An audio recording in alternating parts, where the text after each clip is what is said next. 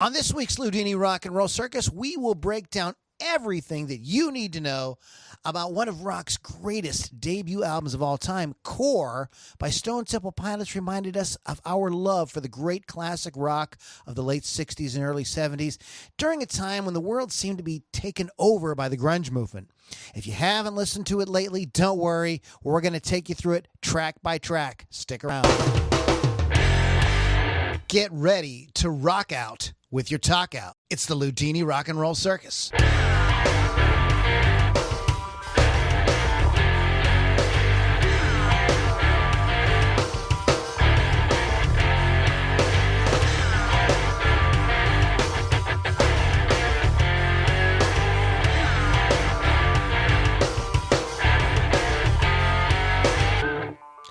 All right, everybody, who's ready to rock out with their talk out there? Day. Everybody is? I know that the Hawk is ready. He's already rocking out. You're back with the Loudini Rock and Roll Circus. My name is Lou Lombardi, a.k.a. Loudini. We have the full power trio in full regalia today, guys. We've got Keith the Hawk Hawkins. What's up, Hawk? Hello. How you been, brother? Hello. I got something to tell you. Uh-oh. I'm a poet now. You are? Yeah, and here's my poem for today. From New Orleans to Poughkeepsie, by the end of the show, I may be a little tipsy. All right there, Hawk, the new poet laureate of the Loudini Rock and Roll Circus. Over here and in the right corner, wearing the Mistress of the Dark t-shirt, the gorgeous scarf, and the hair with the purple highlights is Lily V6. What's up, Lily? I'm sleepy. What? You got to wake up. I know, but I'm still recovering from the weekend, yo. Would you like some more? I'm drinking English breakfast with Knob Creek in it. Would you like some? I guess I would nap if I did that. Okay. So. You're drinking, what is that, a hot toddy? Yeah, I'm just saying. I told Lily before we started, I started getting into tea this week, and I'm really enjoying it. So I decided, instead of, I brought down the ice and everything, but I thought, I'm going to try doing a little tea with my Were you into tea on Friday? Is that what you were drinking Friday? I was teetotaling on Friday. So we had a really great week. Before we get into all that, though, let me give a shout out to Wolf's Customs, wolfscustoms.online. Great job that they do, guys, with your musical instruments out there. They can take, no matter what you play, they can do an awesome custom finish on it. Something that nobody else has. Even, they're known for hollow flash, but even the hollow flash, each one is a little bit different. So no two are exactly alike. You get a really cool finish on the guitar that stands out, or your guitar, your bass, whatever, that stands out to really make you, put on that great show, by having an instrument that really gets people's attention, not we want them to, you want to make get the attention with your playing, of course, but by having a great guitar, it just takes it to the next level. Talk to Chris Thunderwolf Dotson at wolfscustoms.online. Shout out to Rock Rage Radio for carrying the Loudini Rock and Roll Circus. Those of you that listen on Rock Rage, don't be afraid to hit us up at LouLombardiRocks.com. You can get all kind of more information there as well. As Lily was mentioning, we had a big weekend.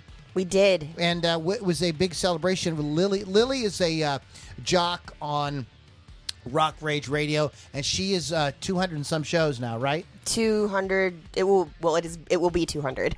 Okay, so we celebrated it early, but okay, so 200 shows with Lily. By the end of the year, it will be 200. Awesome. And so we had a big rock festival. That's exactly what it was. Yeah, 3 days of rock and metal. We had vendors there. We had bands, obviously. We had food. It was insane. I didn't sleep. Who needs to do that, apparently? But it was a lot of fun. Everybody did great, and I have to thank the Subalpine for hosting and everyone who helped out during the show and who came to the show and had fun, because I think we needed it, honestly. It was a lot of fun and great fellowship with the other musicians. I want to give a shout out to Tim Doverspike, his band Unbroken Soul. Let me hold up the CD here for those who watch doing the video portion. Unbroken Soul, great. They did a great job, and Tim's just a cool guy. He's been a fan for a long time. We really enjoyed hanging out with him. It's a good record. You want to check it out, Unbroken Soul. And also shout out to the band White Thrash. Those guys were a lot of fun. exactly what it sounds like. That's exactly. They sounded amazing that night too. The name of the band fits with their style of music, and now they really good play. Very tight band. Front man, I do not get everybody's name, but their front man was put on a good show. It was funny as hell. Damien. Yeah, it was really cool. We had a good time. So those guys were awesome. Everybody was really cool. So yeah, thanks to everybody, and shout out to my band, Jared and Drew. Smooth Gooch. We had a really good time. It was our second show. We play one show annually. That's it. So the last show was at the Subalpine. This show's at the Subalpine. Right. About a year ago, November. Yeah. About that. And so hopefully we'll do it again next year. And I want to just say to all the bands who did play, there will be photos. First Angel Media, Jonna and Josh both took photos, so those will be out soon. So we'll tag you, or you can tag yourself. Sweet. Hawk, how you doing, brother? What's going on in your life? Anything new other than being tipsy in Poughkeepsie? No, I recorded some songs 3 months ago for a guitar player that I play, on occasion with, and he is a pretty decent songwriter. He writes a lot of country pop stuff, and one of his songs I recorded on got picked up by a Warner music label out of Nashville. So they're gonna like shop it around to some of their stable of artists. So I was on the drums on that song, so that makes me probably equivalent to maybe mop the floor there one day. Now, congratulations, man. At the end of the day, that don't mean shit, 'cause they're just gonna re-record it anyway. So. Well, dude, it's something, man. It's a pinky toe in the door. Let's put it that way. I can say that I laid a foundation at a very brisk 78 beats per minute. Do you think that now I know we're just kind of BSing before we get into the topic, but do you think that if the guy starts doing something and people are, touring becomes a thing, maybe, later on next year, that you could be invited to, participate in something like that? Maybe doing on the road a little bit, or? I doubt it, because the guy that wrote the song is not going to be actually singing the song. They're going to they bought the rights to the song, and they're basically going to shop it around to somebody that's actually in their label. I gotcha. He's not on their label. He's just trying to do some publishing shit. I gotcha. Songwriter. So it was just cool to be on something that actually was heard by somebody that might actually know something. Oh, cool. Excellent. So are you guys ready to talk about Stone Temple Pilots? Sure. Guys into that? I don't see why not. You know Okay. why? Because you know what I'm going to do? That's what I'm here to do. Is talk about STP. STP, not the motor oil. Right. Speaking of that, it's got an oil change today, so this is so very unique. Yes. Right with it, hand in hand. The minivan got the oil change, and now I'm talking about STP. I don't think it was STP motor oil, though. So I digress. Go ahead. So, anyways, we're talking about the album Core. And Lily, why don't you kind of just give us the sort of basic background of the album, just the quick overview. Word. Core, released September 29th, 1992. So I was around when this one was released. So I do remember when it came out. It was recorded in a matter of 5 weeks. The band decided to name it Core, referring to the apple of the biblical story, Adam and Eve. So yay. Certified 8 times platinum by December 2001. Making it the band's best-selling album of all time. It shows the band's attempt to revive the album-oriented music approach of the 1970s. I sort of agree. Doesn't sound like a grunge album to me because, I don't like grunge. So I will disagree with anybody who says that. It had mixed reviews. We're going to talk about that later. You want to talk about that now? Right. This is a sort of non-grunge album that came out during the grunge era and got unfairly judged, I think. My first I liked the record when it came out, but the first thing that this was shocked me. I was watching Saturday Night Live, and David Spade made a joke about Stone Temple Pilots saying, yeah, I liked this band better when they were called Pearl Jam. And I was like, what? In my mind, to my ears, the only song on the album that sounds like Pearl Jam is Plush. That's the only song on the album that I think kind of fits the sort of grunge, post-grunge kind of sound. I think the rest of it just basically sounds like a good rock and roll. It's a little more album. upbeat than grunge, so I can't call it grunge. They really had that. They really had that rock and roll swagger of bands like Guns N' Roses or Led Zeppelin. That they sort of had that thing going on. That the grunge bands sort of really kind of were trying to shy away from. They did songs like Sex Type Thing that sort of were a throwback to that kind of. I don't know the word, the correct word that I want for this. So I'll use a woke term with these sort of rapey lyrics. That from more like the lyrics. If you read the lyrics now, Scott Weiland said it was more about criticizing that macho frame of mind, but really lyrically it reads like a Motley Crue song. Right.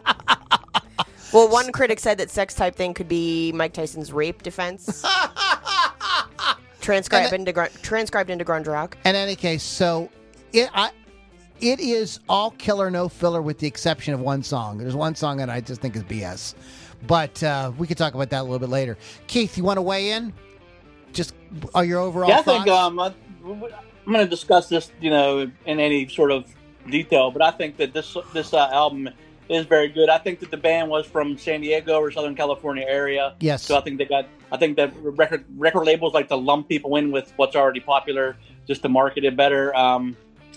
They had, from what I read, they had full creative freedom on this record, which goes to show you why some of the track listing's a little odd if you want radio airplay. But I mean, we'll get into that too. I do think that they are Led Zeppelin with Jim Morrison singing. That's what it sounds like to me. Oh yeah, he definitely had Jim Morrison feel. Scott Weiland has a very Jim Morrison sort of like, even Mark Bolan glam rock sort of like approach to things. If I've seen STP once. Seen Velvet Revolver once, he definitely has like that, kind of, he got a throwback kind of style when it comes to his stage presence. The DeLeo brothers are probably underrated as a, songwriting duo. They're very good at what they do. I think Dean DeLeo has definitely Jimmy Page crush. The band has a very Led Zeppelin-y kind of sound. They use a lot of cool chords and a lot of cool melodic things in their songs. I do think that this album, top to bottom, is pretty damn close to like a masterpiece. I've listened to it twice in the last 3 days, and I think that there's not a song that I really, other than a few of them that just get too much radio airplay. I'm not saying they're bad songs. I'm simply saying that there's 3 or 4 singles off this record that have been overplayed. I mean, which are pretty, everybody knows those ones. But it's like, and they're great songs. But I think that a lot of the songs, the filler songs on this album, are actually the better songs. And I think that the more you listen to this record, the more it grows on you. And I want to give a tip of the hat to one of my favorite rock and roll producers, Brendan O'Brien, because this guy had his hands all over this. And you can tell that he just knows how to get a great sound. And for a personal note on this album, Eric Kretz, the drummer, plays GMS drums. When I heard this record, I had to have a GMS drum kit. So I saved my pennies and traded in 2 other drum sets and got a GMS kit. Nice. I'm really glad that you mentioned Brendan O'Brien, Keith, because this is a huge part of this album, and I would like to kind of just go through a little bit of what Brendan O'Brien has worked on, and some of these records may be heard of. This dude's he got crazy resume, man. But go ahead. Drops of Jupiter by Train. I love that song. 100% Fun by Matthew Sweet. Mirror Ball by Neil Young, which was Neil's sort of big kind of comeback during the grunge era. He worked with Pearl Jam. Jackal. They were the backing band on that album, weren't they? Yep. Jackal. The Jayhawks, Hollywood Town Hall. He mixed Temple of the Dog.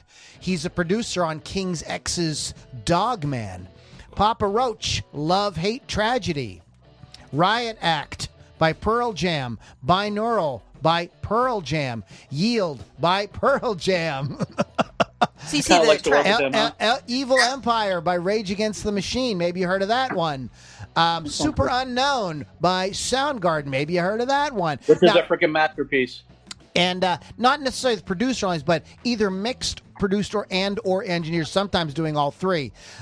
More recently... Oh, I didn't even know he did Black Ice. Wow. Yeah. Okay. More recently, he did Black Ice with AC/DC, Kill Switch Engage, Seether, Holding On to Strings Better Left to Fray, The Killers, Battleborn, Rock or Bust from AC/DC.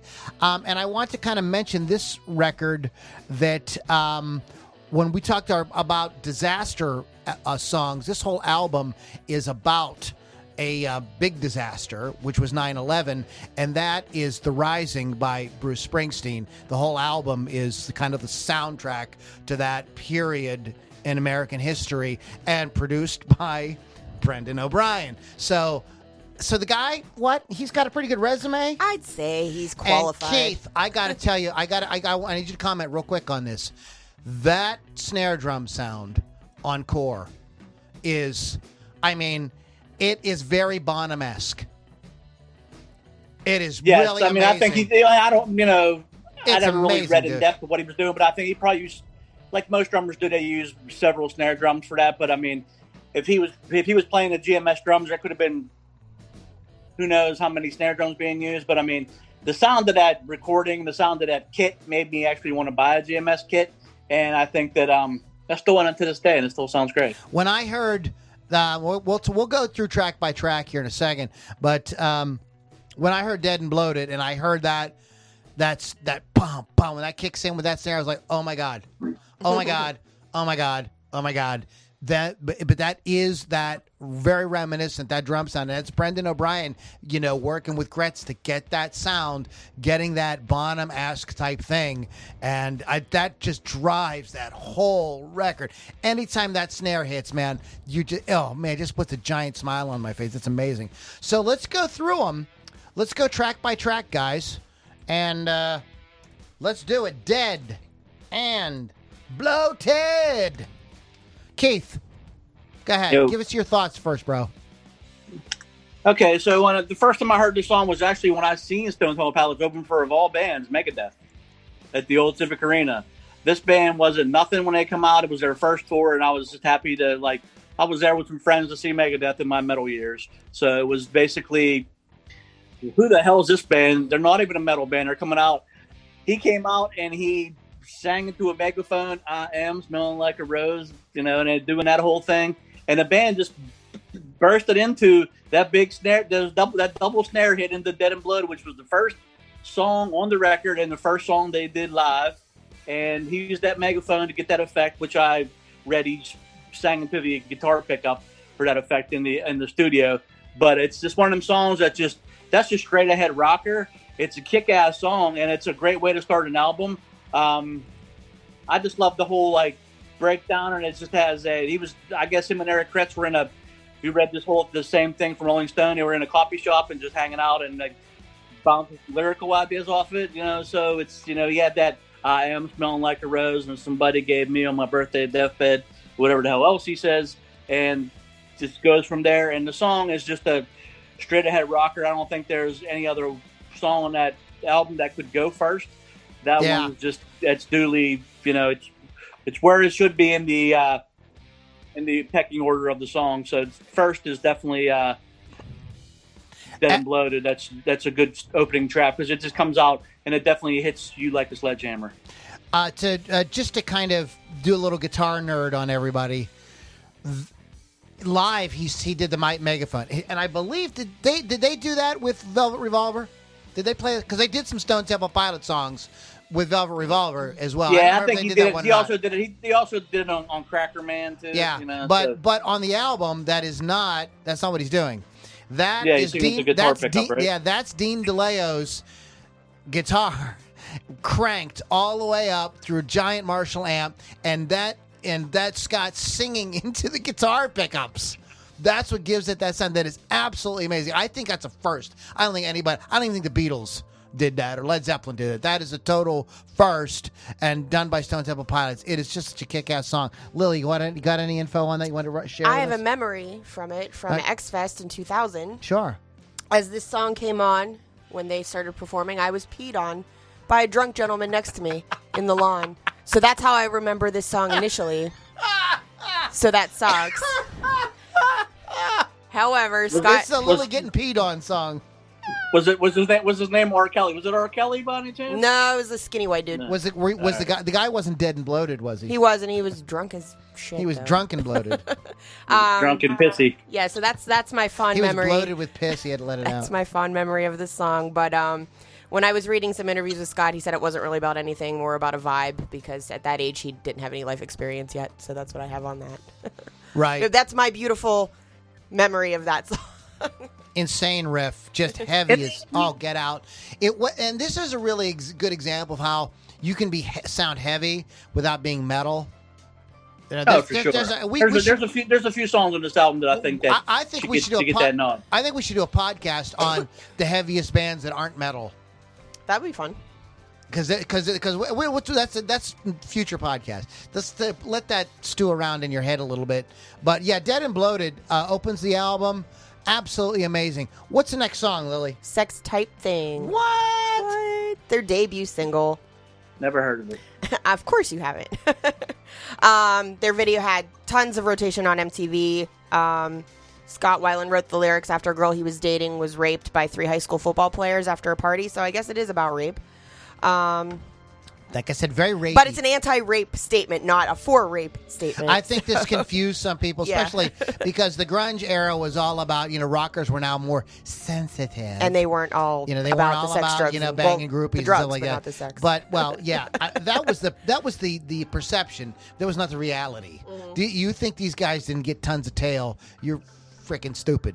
And when I was reading that article you sent, Dean DeLeo said the song In the Light by Led Zeppelin, which happens to be one of my favorite Led Zeppelin songs, had a direct influence on the main riff in this song. So I thought that was pretty cool because I had to go back and actually listen to both to find that. He was gardening, and he said he heard that song like coming from inside the house or from a car or something nearby, but he was hearing it wrong. It ever happened to you, Keith? You hear a song, but you hear it wrong because you're not quite hearing it right, and it sounds like something else, and it kind of inspires you to come up with an idea. That's happened to me in the past, too. Yeah. And you go I heard a song today. I heard a song today that was basically a slowed down, like, New Orleans version of For What It's Worth by Buffalo Springfield. Yeah.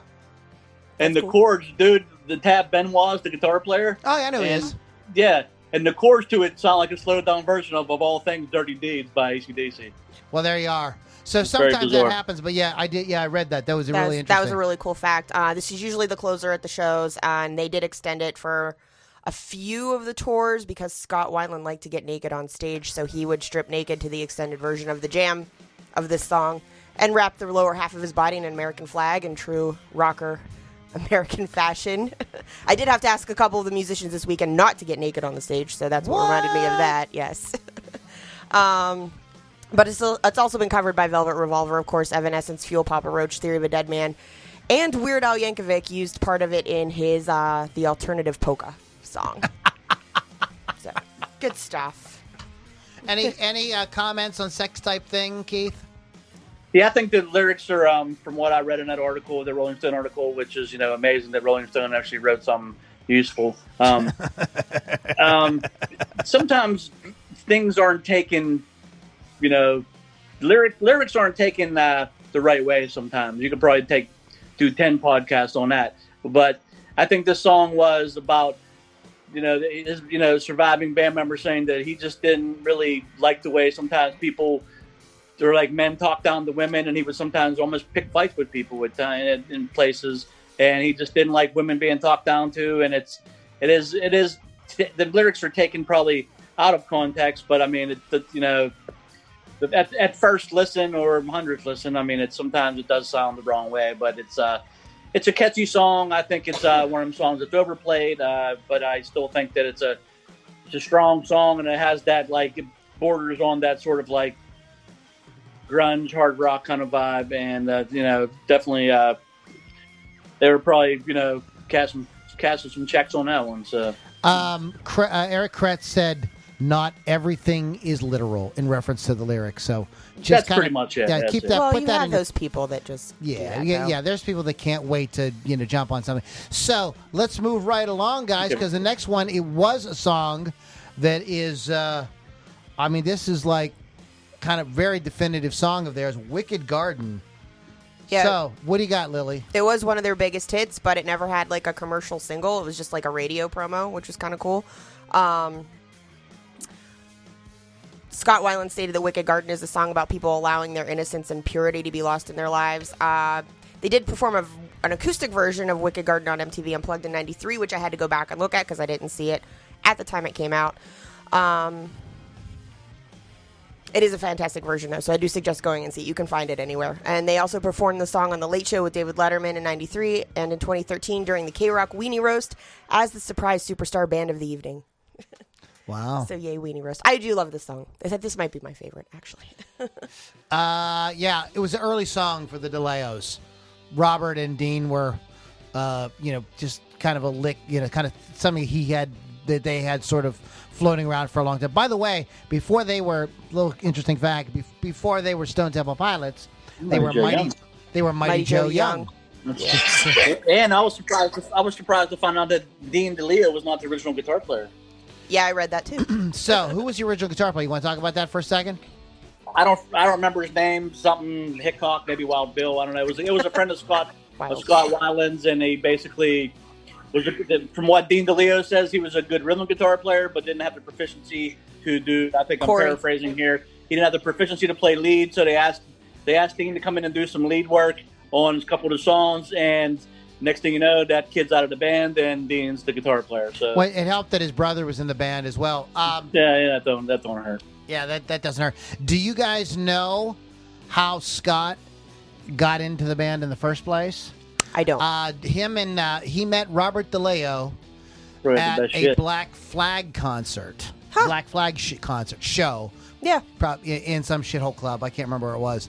And they were both bragging about their girlfriends to each other. And it turned out, oh my God, it was the same girl. They were dating the same girl.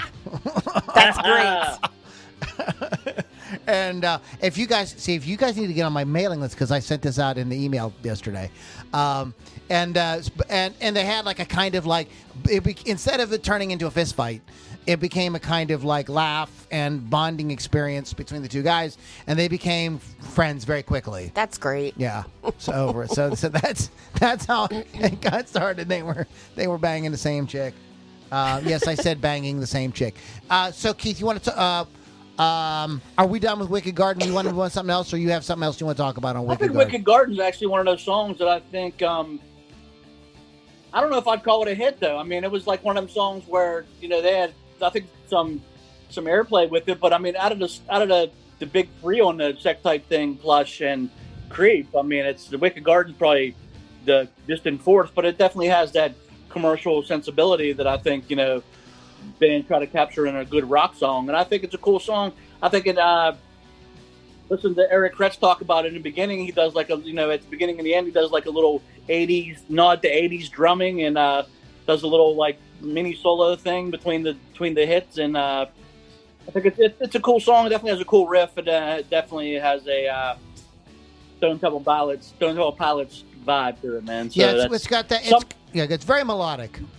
I love. Yeah, some songs on this album I think just captured their sound.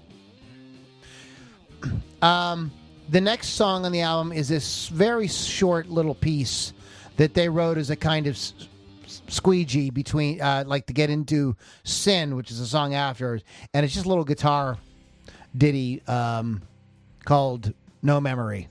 And there's not any. I don't really have anything on the. The only thing that it was Scott and Dean would, like, when they were living together, Dean would just like be jamming on the guitar, and they would like constantly be writing like these melancholy things, and they said, "Hey, great segue." Yeah, pretty much is how that went. That's all it is. It's just a segue into. You have any comments on No Memory, Keith? Yeah, I think on the in the article I read, Brendan O'Brien was like, we still need like a couple more, like something to fill out the album a little bit more. And Dean DeLeo had this in his vault somewhere, we'll say, and he pulled it out, and they kind of worked on it for a while. And it's almost like that. It's like prepping you for the next song. Almost like it could be going to the second side if we still had, It's a very classic rock thing to do. If you think about it, there's a lot of things that like a lot of bands from the 70s did. There was always like a little interlude or something like that. It was a very common thing. So it's kind of a fun kind of throwback kind of vibe. Yeah, it's definitely, I'll probably say this, more than I want to tonight, but I just can't help myself. it's a very Jimmy Page thing. You know, it's kind of that Jimmy Page Yeah. vibe to it. Well, that's the first time you said it, and we're only 29 minutes into it, so you did pretty good. Oh, that's pretty good. And I'm impressed with myself. Not to mention the word. Every time I say the word Led Zeppelin or Jimmy Page, you at home must drink a shot. Oh boy. Oh, Lord Jesus. I guess we're gonna die.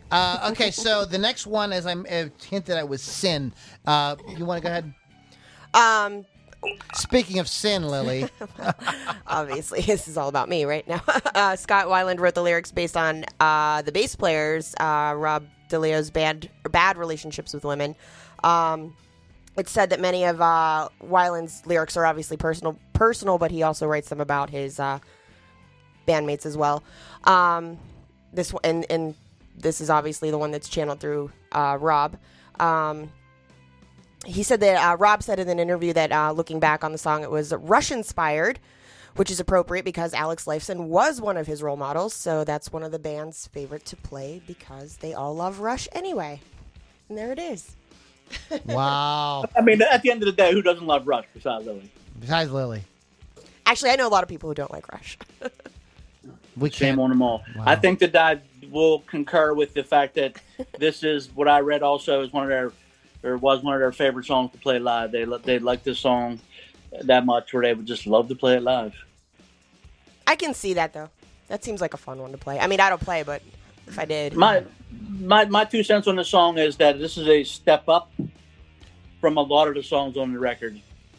I think it sounds more mature than a lot of the songs on the record. It has a very cool breakdown in it. It has energy, but it also has it's melodic. It has great dynamics, and I think that this song this one could have been a radio smash, I think, but We don't get to pick those. that's just Unfortunately. me. Well, it's kind of long. I think it's the longest track on the album. Isn't this one? It's about 6 No, minutes. Where the River Flows is like 8 minutes. Is that and some change. longer? Okay. I want to read a quote from Eric Kretz about this song. When Atlantic Records A&R man Tom Carolyn came to see us at a really dingy club in Hollywood, we played it. I remember there were 30 people in there that night, maybe 20, and that's not the optimal night for an A&R chief from Atlantic Records to come see you. But we played it like it was the last day on earth. It was just like, we got to do this. We opened the show with Sin, because I think we wrote it that day or maybe the day before at rehearsal. Scott didn't have any lyrics for it or anything. I think we just kind of did the intro for about 40 seconds as an opener, but it was something that we were proud of, and Tom loved it. So it was an instrumental in getting them the attention of Atlantic Records. So that just goes to show. And there's a great. I love what he says. He said we played it like it was our last day on Earth. That is that's what you got to do, guys. I don't care if there's only 20 people in the audience. You got to play your music like it's the last day on Earth, like it's the biggest show ever. Always throw your balls out there, right? I don't have those, but okay. That's how you got to do it, brother. I've had many last days on Earth. Let's get to the next track. What is it? Naked? Naked Sunday. What? Yep. What's wrong with these guys? Well, every Sunday's a Naked Sunday, right? Wow. Every Sunday is Keith, is every Sunday a Naked Sunday for you? Hell no. I guess that's just me. I'm alone in my principles. Lily's having that. Lily, I used to have a party at Lily's next Sunday. Huh? Every Sunday, there's a party at Lily's. I'm going to go home and write that hit song on my Loan and My Principles. I hate you. There you go. I know what that's write from. That hit song, Alone in My Principles. I know what that's from because I said it on purpose. That thing you do. Anyway, This. the song came very late in the process of the album. Started out as a rehearsal room jam. And Rob said he was doing an R&B James Brown kind of thing on the bass. Scott was going for the flailing crazy Jim Morrison type guy that he loves to do because he really definitely channels him on stage and through his singing. And they wanted to be very tripped out vocally. It was a good energetic song, especially for the time of the 90s grunge kind of thing. I don't know. Is it actually about God? I keep seeing that plus other things. I don't know if it's actually about God, but everybody's saying I don't know. it's I about read God. it was like Swadlin was going for that whole kind of preacher on a soapbox Okay. kind of thing. That's what he even said in that article where he's just because he even has that preacher breakdown towards the end, and it has some energy. The song's definitely a rocker. It has that cool drum intro. It has some effects on it. And it just comes in and it's a balls to the wall song. And what I say, art's up into art's in interpretation, up to interpretation. It can mean whatever the hell you want it to mean. I can't even ask Scott, so I don't know. This is true. So we don't even know. I didn't see anything on an interview with him with that song, so I couldn't tell you what he interpreted it as. So the next song is the first real ballad, maybe the only real ballad on the album. Clutch is a kind of mid-tempo song, but this is really kind of the real ballad on the album, and it is Creep, which I still don't know. I still don't understand half the lyrics, but Creep was one of these signature songs of the 90s. What's so funny is there are two giant songs from the 90s called Creep.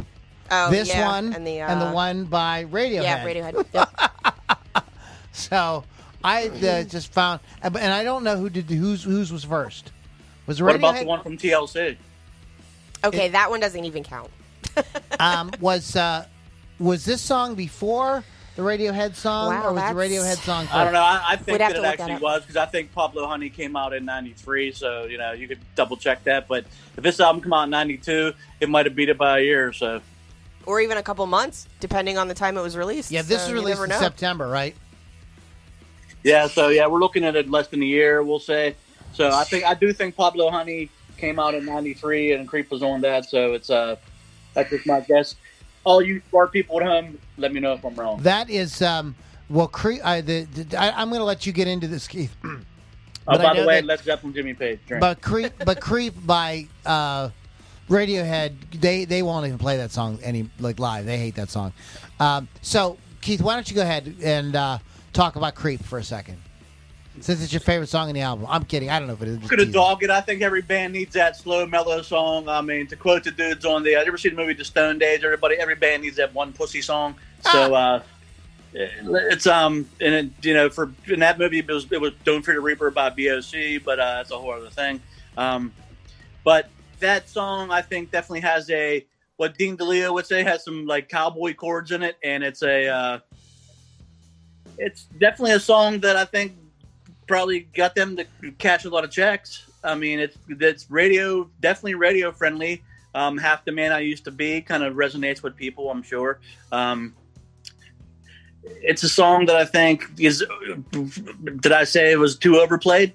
But I'll say it again, because it's a song that I think it's a good radio friendly hook song that every band needs, and pretty much we'll leave it right there.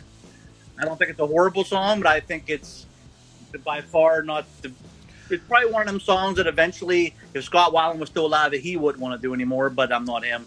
Then again, he was a smackhead, so who knows? He was a smackhead. Who knows? He did it every show I went to. So there you go. I think that it's I think it's a beautiful song. I think that the lyrics are very kind of mysterious, and I always sort of felt like I was in a kind of a David Lynch film when I would hear the song, because of what are they talking about? Everybody run! Bobby's got a gun! What's happening here? It has nothing. That lyric was described in the Rolling Stone article as Scott wrote that about Robert moving to California at the age of 18 and living a lot of life in 5 years. Maybe.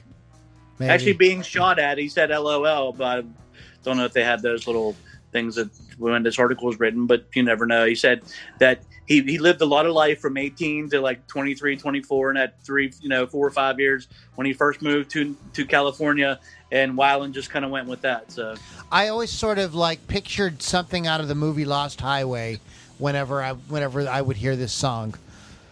Yeah, but this was it's just got a great atmosphere to it. What I tried to do with it when I went back and listened to it was try to listen to it with fresh ears and not go oh my God, this song or that song is so overplayed, because when it came out in '92, it was not overplayed. We hadn't heard it yet, and it was really mind-blowing. This is one of those records. I was in the band Petey Gets Around, and I had long drives to rehearsals in Indiana.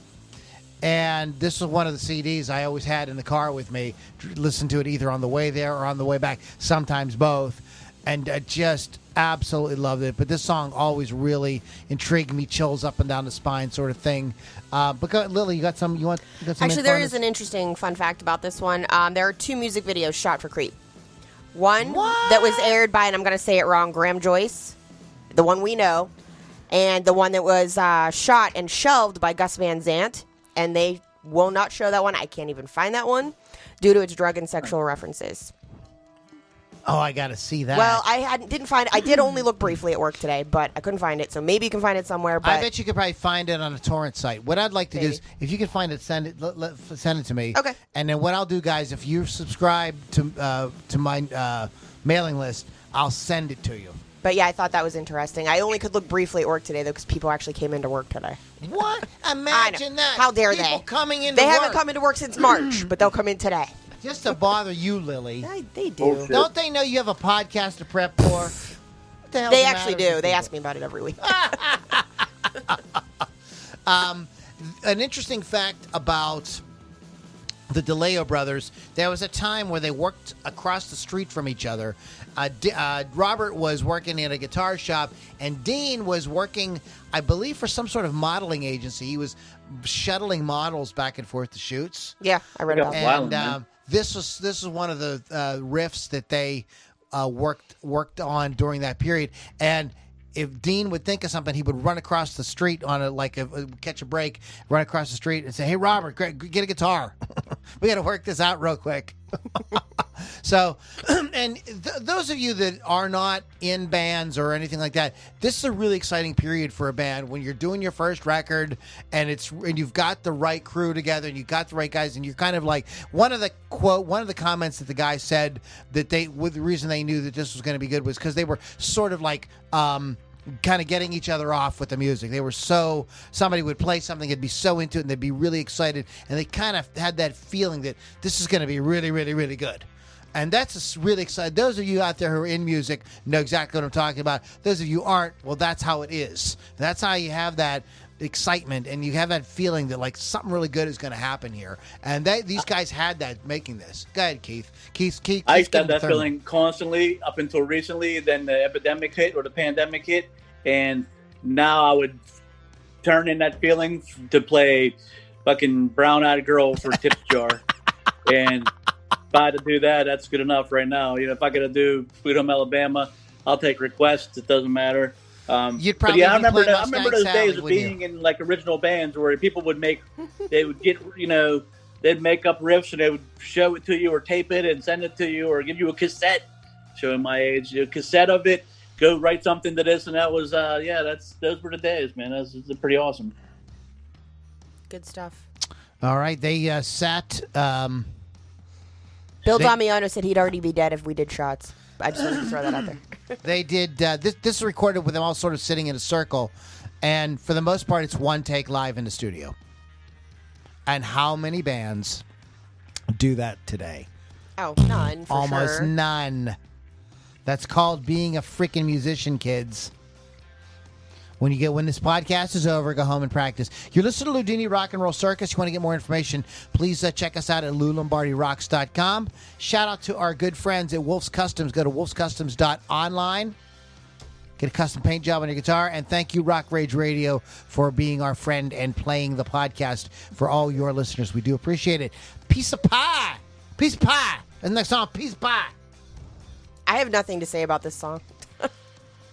Wow. I'm sorry. Other than I know it's songs. It's a combo of a couple earlier songs that were pieced together. One in particular was Only Hence Dying. the title, Piece of Pie. That's all I got. Bob Merson, Chris Thunderwolf Dodson, what's up? Chris says that you have old man pubes on your old man chin pubes. Who said that? Chris. Thunderwolf. You ain't right, son. You ain't right, son. Funny Let me guy. talk about Piece of Pie. So let's Let talk me tell you about about Piece of Pie. Let me tell you about Piece of Pie. Tell This us about song Piece of Pie. Has a friggin' monster riff in it. Listen to it. This is one of them songs I think gets lost in the record. I'm listening to it again. Even they said when they cranked this up in the studio on some big ass speakers, they said this is what our music could sound like. This was, kind of a Frankenstein mishmash of some songs they had laying around, and they kind of put them together. I really think this song is strong, man. This is probably one of them songs that could be lumped in with the grunge thing, but this is a really cool riff. It has a lot of attitude. It's heavy. It's got that, it's a really good song. I mean, what else can I say? I don't think it's a filler song. I think this song would be up there for me. I would be like, all right, this song could make kids want to like probably smash into each other and break some heads and mosh it up a little bit. Some of these bands are like once again we could say that some of these bands are like borderline metal with some of these songs. This was a song written with originally recorded with Corey Hickok, their original Scott's friend, who was the original guitar player. And this is one of those times where they brought Dean came in to play on it, and it was just painfully obvious that Dean was actually the right guitar player, even though Corey was Scott's friend. And it happens, guys, right? Anybody's out there who's been in a band knows that. Like, a better person for you've got somebody in the band, you go like it's not working out, and there's a guy waiting in the wings, and you just feel like an asshole, but. You got to do what's best for the music. Let's talk about Plush. Second single from the album. Song's chord structure.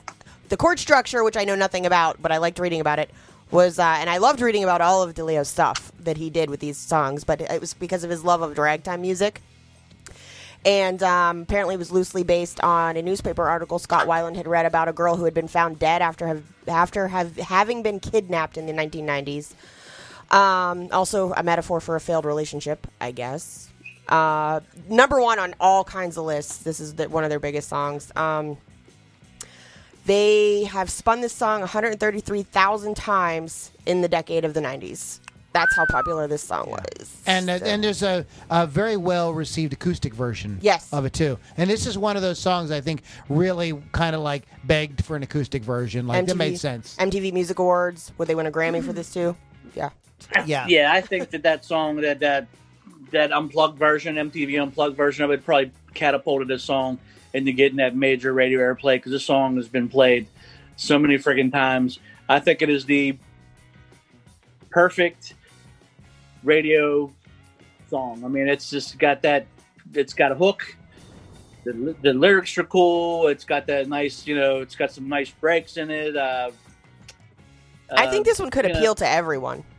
Yeah, it's not heavy where it could be intrusive to your ears, like, oh shit, I don't want to hear that one no more. But it's got a cool guitar chords in it. I mean, that's I don't know what exactly the chord he's playing. The chord's a little odd sounding. Well, but what he's doing is, and it's really like it's almost like kind of a jazz thing. He created the way he voices the chords is. They create a chromatic descending bass line. So it goes from G to F sharp to F to E flat. Yeah, that's those aren't the chords he's playing, but those are he creates the bass line and then plays chords that work diatonically in the key that he's playing in, and it's brilliant. It's really a great piece of guitar music. It was something that when I taught lessons, we always worked on because you learn so much about chords and everything by learning that song. Really important song. Just one of those great classic rock songs. It's a great guitar song. Definitely, if you're a guitar player, you're learning the guitar, learn that song. You'll get a lot out of it. We are getting low on time. So let's try to let's get through Wet My Bed. Interesting song. That wasn't a request, Lily. I never wet my bed. Come on. This is where Scott is very Jim Morrison like, though. This is a yes. It's. I mean, I don't even know how else to even describe that. But if you listen closely, you can hear them whispering in the background. They say something at the end of the song. You can even hear, if you listen super close, lighting cigarettes and the paper actually burning. That's how strange this song is. I don't even know how to. I don't know what else to say about it. It's the only track on this. It's the only song on the album I could do without. It's just I odd. like them all, but this, I listened to it a couple of times, and then usually on the CD, I would just skip to the next it's only song. 96 seconds, so, you can I couldn't take it for 96 seconds. It's definitely Jim Morrison Doors. It's ode to the Doors. I mean, his definite influence on him with Jim Morrison is it's established in the song, even though it's a very quick song. I think it's definitely a filler, and it's one of them songs that just kind of it is what it is, man. Cracker Man does whatever a cracker can. No, so I've read 100 things about people saying this is about a drug dealer, but when I was reading that article, it said it was about a gentleman that they knew who was homeless called the Cracker Man, who he would talk. Scott Weiland would walk, get his breakfast every day, talk to the man, give him food, and this song is supposedly about this gentleman, so it was spawned from that. Seeing this guy every day for several months. I hope nothing real bad happened to him. Probably did. He's probably like a rich executive somewhere right now. Rob said that this was another sort of pieced together song, and he said they did some R&B with a little King Crimson twist. So, what do you have to say about Cracker Man? I think it sounds like they're kind of bag. I mean, it's definitely them probably playing live in a room and just getting that. I don't hear any King Crimson in that. I don't hear any freaking, whatever they're saying. I don't hear any of that shit. I mean, I took it from the band. I mean, I know. I read the same thing. That's why when you said that, I'm like, I read the same thing. I don't hear any freaking King Crimson in that. It sounds like a straight ahead. It sounds more like a Ramones tune. It sounds like a straight ahead punk tune. Yeah. But it's it's another one that when I seen him live many moons ago, he was using the megaphone, and he probably did. I think they might have did a version of it with Velvet Revolver.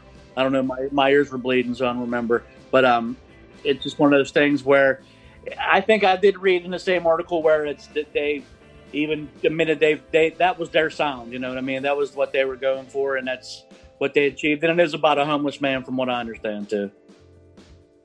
And as Keith mentioned earlier, Where the River Goes is the longest track, over 8 minutes on the album.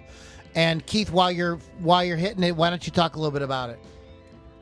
Well, first, I think this song is once again a very Zeppelin-esque song. I think that if you listen to the drum intro is very John Bonham-ish. It's definitely Eric Kretz is definitely worshiping at the altar of Bonham with this intro. I think the melodic parts of the guitar are definitely Jimmy Page inspired, and I think that the song is a very good song.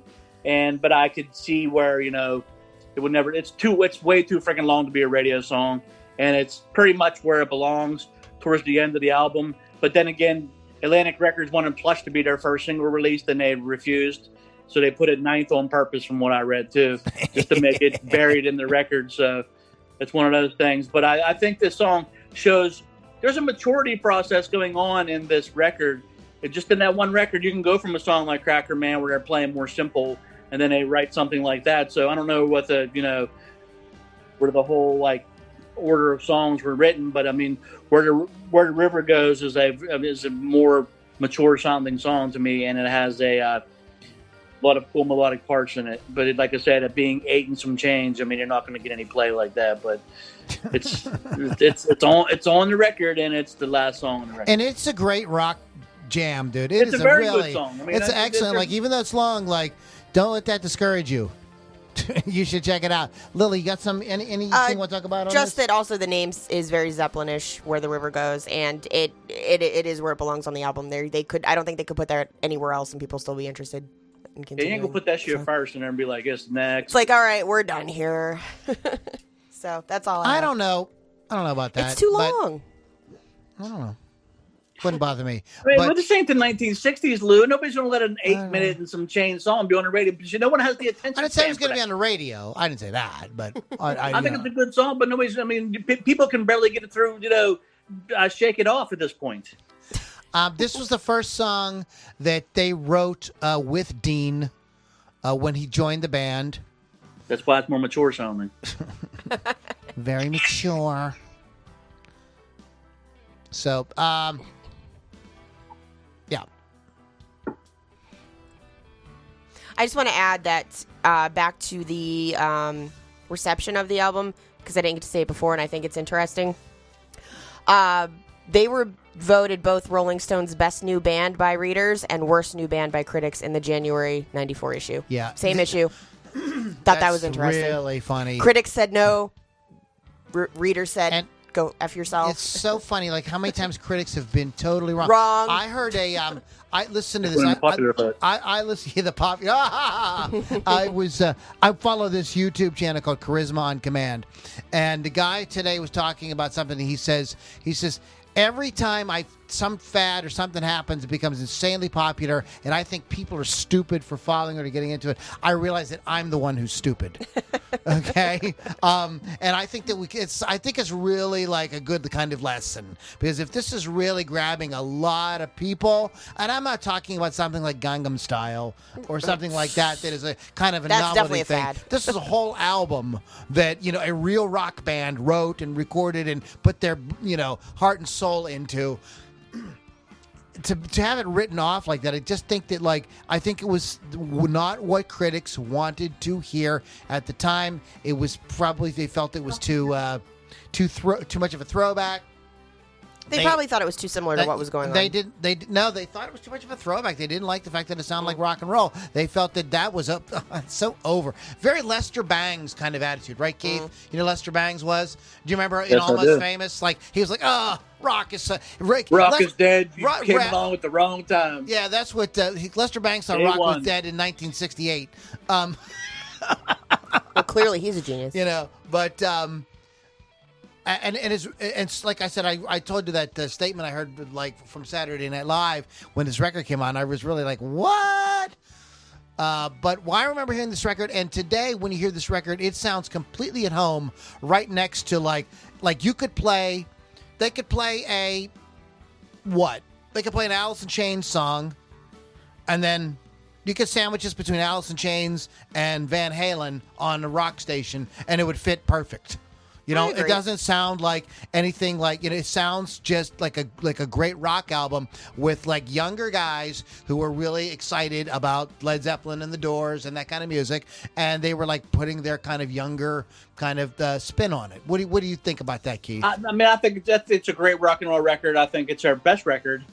They made some other ones that were good, but I think this one by far 8 million copies, and probably more than that, but 8 million-ish copies they sold. Not too bad. I think that that's this by far is their best record to me, and I would take this shit over some Pearl Jam record any day. Legit. Yeah, I would too. And to compare them to Pearl Jam, I think is really. I don't hate Pearl Jam, but I just think that they're it's not the same thing. Well, it's not the same thing at all. They're not doing. Pearl Jam's boring to me. As you can see, our next month's album will be a Pearl Jam album. I'm just kidding. Nobody here in the room is a big Pearl Jam fan, and I don't hate them. I just think that they're another band that probably overrated. like STP's first record was the pinnacle of their career. I don't think they sucked after that. I think they just never could.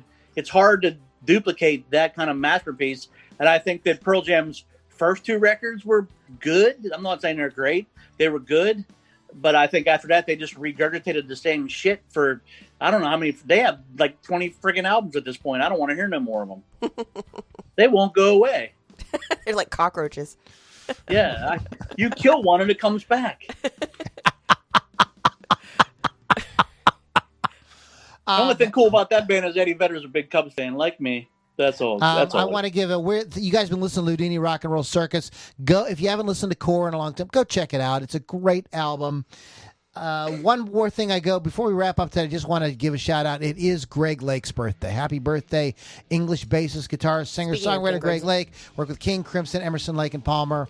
So we're so not worthy, dude. Happy birthday, Greg. You're a badass. Wolfscustoms.online. Check them out, and shout out to Rock Rage Radio. If you love what we do, please go to LouLombardiRocks.com, get more information. I have a mailing list and a Facebook group and all kind of cool stuff, so you guys can check that out there. Lily, you do a thing. I do a thing. It's Hot Licks with Lily 6 Thursday nights at 6 p.m. Eastern Time. It is a radio show before anybody says anything else about it. It's not her OnlyFans account. It's not my OnlyFans. You have to message me later for that. However, I was supposed to go to Phil Lewis this Saturday. Guess that's not happening now, postponed. So hopefully we'll figure out something to do this weekend. Any interviews or anything on your show this week? Nothing this week. Nope. Download the app for free. Go to rockrageradio.com. Yeah, check out rockrageradio.com. Get the app. Great rock 24/7. Keith, anything you want to add before we wrap up for today, my brother? We ain't got time to rank them. You want to rank them real quick? Go ahead. No, I just wanted to say that I thought my number one was Sin. I think Sin is a great song. I think it's a very mature song, and I did rank them, but I mean, if we don't have time, then don't worry about it. Do it. We got a minute. Do it quick and dirty. Okay, that's my favorite. Let me see. Can't. Wow. All right, so number 12 was No Memory because I don't have no memory of that song anyway. Wet My Bed was 11 because that's really just her filler tunes. And people might hate me for this. Number 10 was Creep because I just hear that shit too much. Number 9 was Sex Type Thing because I hear it too much. Number 8, actually, which I really like the song, but I just don't think it's as strong as the other ones I'm going to put. Dead and Bloated, which is a great lead-off song, is still number 8 on the record. That shows you how good the record is. Wicked Garden is number 7. I like the song, but again, it's just not as good as the rest of them. 6 is Cracker Man because I think it captured what they sounded like. Listen to Vaseline, other songs that came after that, and you'll see. Number 5, Naked Sunday, got us like the energy of the song. Number 4 is Plush. Even though it's not my favorite song on the record, I think it is a true commercial masterpiece. 3 is Piece of Pie because I think that riff is just monster. 2 is Where the River Flows because that shows you maturity as a band. And number 1 is Sin. So Sin and Where the River Flows are, to me, songs that are way miscast on this record, but I think are a killer. The fillers are the killers, my friend. And that's what I got to say. And that's my 2 cents. No change back. I think it's a great list, Keith. And we had a little I'm not sure why we disagreed then over Where the River Goes, because I said it could have been somewhere else on the album. You're like, nobody wants to hear that. So I'm a little shocked that you put that as your number 2. It's just good where it is. We were talking about the order of the album. Okay, all right, I got you. You now. couldn't have put it.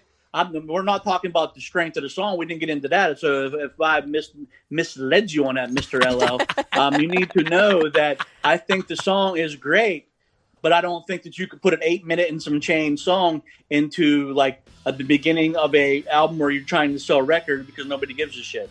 All right. So you bury it towards the end like you would some really depressing song like Plush.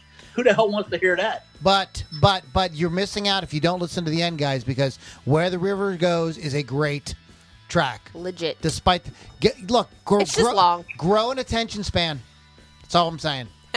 Grow an attention span. Keith, thank you, my brother. It was good hanging out with you. Are we going to stick around, or are we cutting it short tonight? I got a few minutes. You got a few hold minutes? on a minute. Samantha, what are you doing? All right, guys, we're going to rock out. Hey, guys, you take care. Have a great week. We'll catch you on the next Loudini Rock and Roll Circus.